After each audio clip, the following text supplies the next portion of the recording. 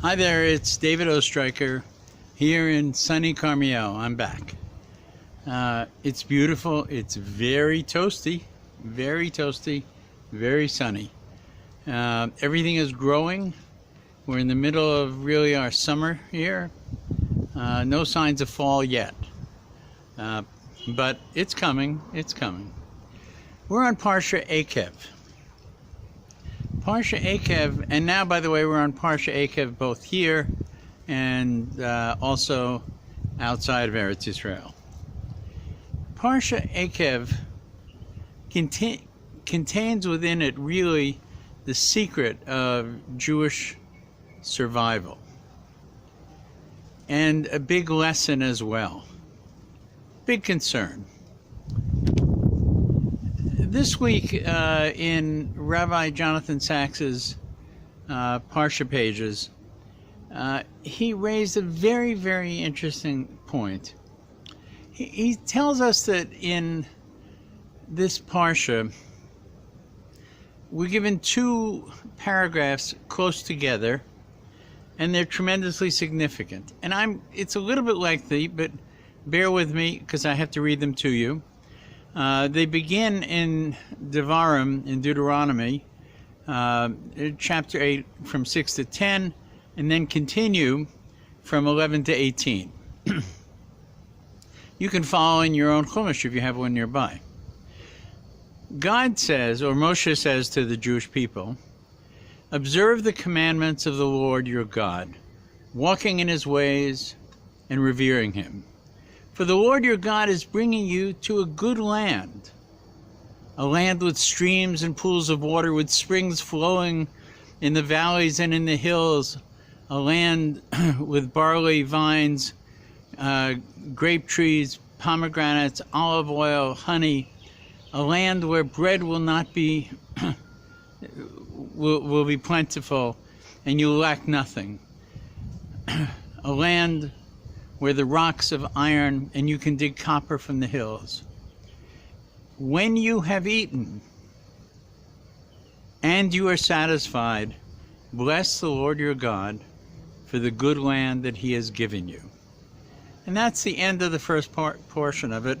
And this is really the basis of the idea of benching, of the blessings we say after a meal, after we finish eating. But then it goes on to verse 11. "Be careful that you do not forget the Lord your God, failing to observe his commandments, his laws, and his decrees, that I am giving you this day," says Moshe. "Otherwise, when you eat and are satisfied, when you build fine houses and settle down, when your herds and flocks grow large, and your silver and gold increases, and all you have is multiplied, and your heart will become proud, and you will forget the Lord your God who brought you out of Egypt, out of the land of slavery. And you may say to yourself, my power and strength of my hands have produced this wealth. But remember the Lord your God, for it is he who gives you the ability to produce wealth, and so confirms his covenant, which he swore to your fathers, as it is today." That's the end of verse 18. So we're given, do this and all will be good, do that and it won't be good. And what's the difference? The difference doesn't seem quite so dramatic. It's really whether you bless God, acknowledge God, in your daily business. Rabbi Sacks goes on to point out something very interesting. He says that the history of great empires is filled with tremendous success at their peak. Great luxury, great intellectual achievements, poetry, beautiful art, great wealth and opulence. But with it, historically, has come decadence, has come corruption, has come a loss of a will. And at that moment, other nations with a greater will, with a greater cohesion, with a greater determination, come in and destroy what are beautiful, beautiful empires filled with the greatest luxuries, the greatest arts of time. This was true of Greece and Babylon. It was true of Persia. History sees it repeat over and over and over again. What's the lesson here? At this point, Rabbi Sachs and I kind of part a little bit. He says the secret of Jewish survival in here is to remember. To remember where you came from, where you started from, and to know that everything that has grown from that point has grown because of the will of God. And this is valid. This is valid. But the commandment to remember is not really enough, because it can be ignored. Judaism is built on a never-ending series of not remembering, but acting, and not simply on acknowledging God, but gratitude to God. I would argue that ingratitude may not be a sin, but it is the root of all sins. And gratitude, I would argue, may not be a mitzvah, but it is the root of all mitzvot. How do we see it? Jew wakes up in the morning, and his first thought is not a cup of coffee and I have to get to work. His first thought is Modeh Ani, thanking God for returning his soul to him, for his nefesh, for his life force. When he leaves the washroom, he thanks God, realizing that if there were any blockage in his system, any of the process of his internal plumbing, he would be dead. And thanking God that everything works properly. He has a little bit of breakfast. If he doesn't eat bread, he just eats a little bit of something nutritional. He thanks God for the food before he eats, and after he eats, he thanks God again for providing it to him. He should also thank anybody who made the food for him as well. Even without a long blessing, benching it's called, he thanks God for Yerushalayim and for the ability to bring tithes to Yerushalayim, to be part of this whole system. And so, by the time we've got to breakfast, we're talking to God constantly about being grateful for so many different things. Now, it may be that when Rabbi Sachs says we're commanded to remember, he's talking about exercises in memory, which could be these blessings. And they go on. There's blessings for fruit, there's blessings for things from the ground, there's blessings that cover food that's not included, there's blessings for naming children, there's blessings for health, blessings for everything. In fact, it's such a standing joke that in Fiddler on the Roof, there's a question asked of the rabbi, is there a blessing from the Tsar? And the answer to this question is, of course there's a blessing from the Tsar. That God should bless him and keep him far from us. So the idea is of brachot, of blessings, which means that we have a consciousness of our relationship with something greater than ourselves, that we have a sense of being grateful for that which we are given, is central to the Jewish experience. So I just gave you small examples of daily. How about monthly? Monthly, we thank God for all that we have, and we ask for a new month that should be a month of health, of success, of a long list of things, many of them having to do with the land of Israel itself. That's monthly. Yearly.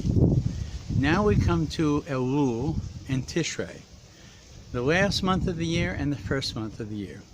We prepare for a whole month for the new year because we understand that on Rosh Hashanah, the head of the year, the first day of Tishrei, and the second day, that God writes in a book, so to speak, about what our year will be.